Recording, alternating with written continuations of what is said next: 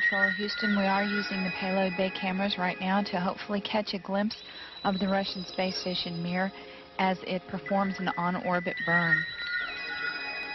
Though it will be difficult to pick Mir out from the stars as they pass behind us, the payload bay cameras are positioned such that they're looking straight back behind the orbiter, where the Mir is flying at about 8. No joy from here, sorry. Hope it was a good one, though, for our friends. Thank you, sir. We could not see it here either. We'll wait 2 or 3 more minutes till sunrise, and then at that time give you a go for KU stow. We're at a mission lapse time of 7 days, 13 hours, and 17 minutes. This is Mission Control Houston.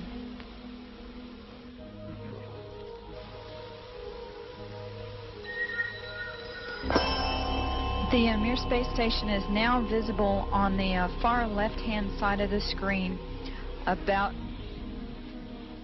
an inch from the bottom of this particular picture.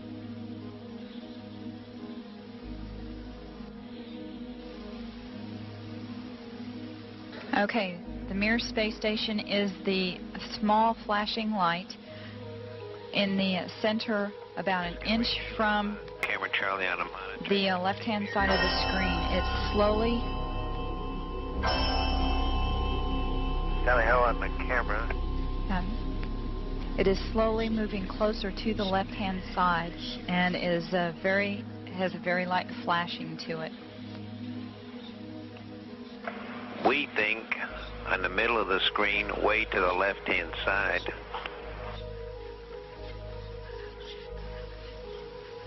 We think you can see a flashing light just a little bit to the left of the center of the screen, very faint.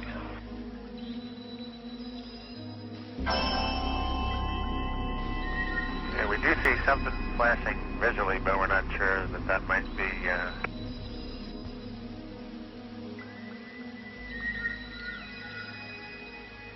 This is Mission Control Houston. Once again, we believe we were just able to spot the Mir spacecraft as it flies about 850 nautical miles behind us.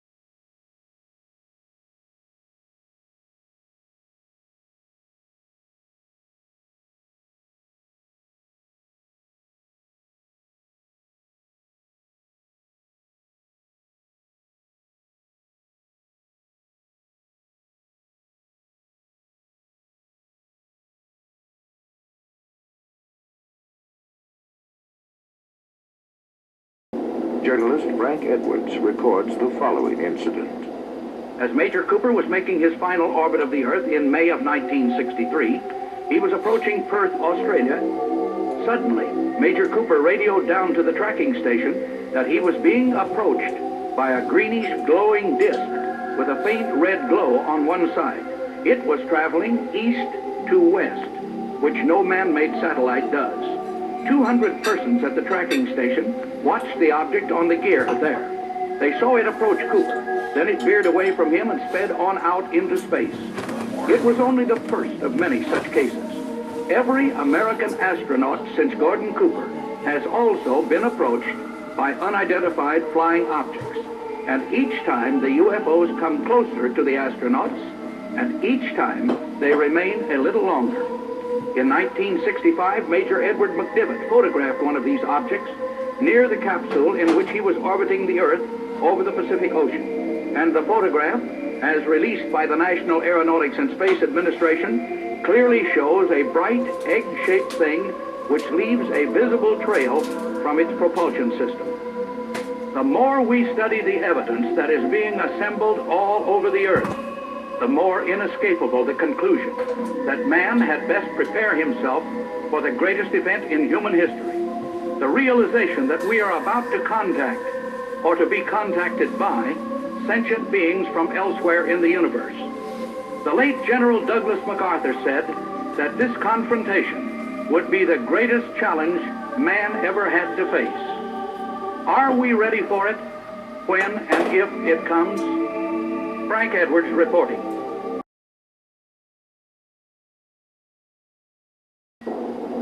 During our first mission to the moon, Mission Control recorded the following broadcast of strange noises that were heard on the Apollo 11 spacecraft.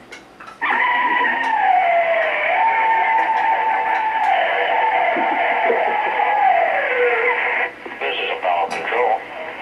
Still no explanation.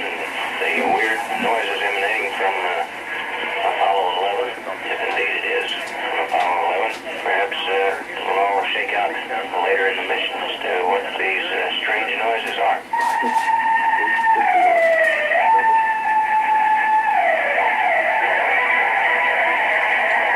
NASA says UFOs have reportedly dogged the U.S. space program since the very beginning.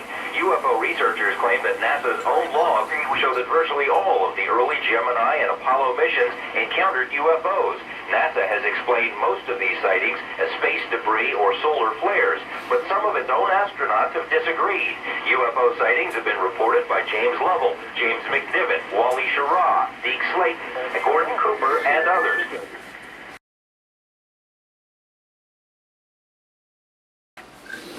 In March 1989, some strange transmissions occurred during a space flight. A Maryland ham radio operator picked up the voice of Discovery pilot Colonel John Blaha speaking on a secret NASA channel.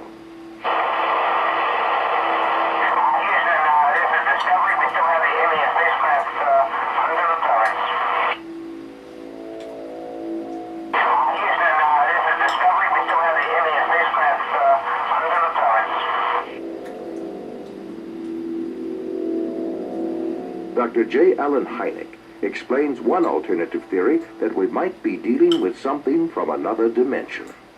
One of the most intriguing aspects of UFO sightings is their apparent isolation in space and time. Sightings are usually made in one place at a time and last for short periods, sometimes appearing out of nowhere and vanishing into nowhere. This is much more suggestive of a parallel reality than, let's say, visits from some faraway planet, in which case we might expect them to stick around for a while.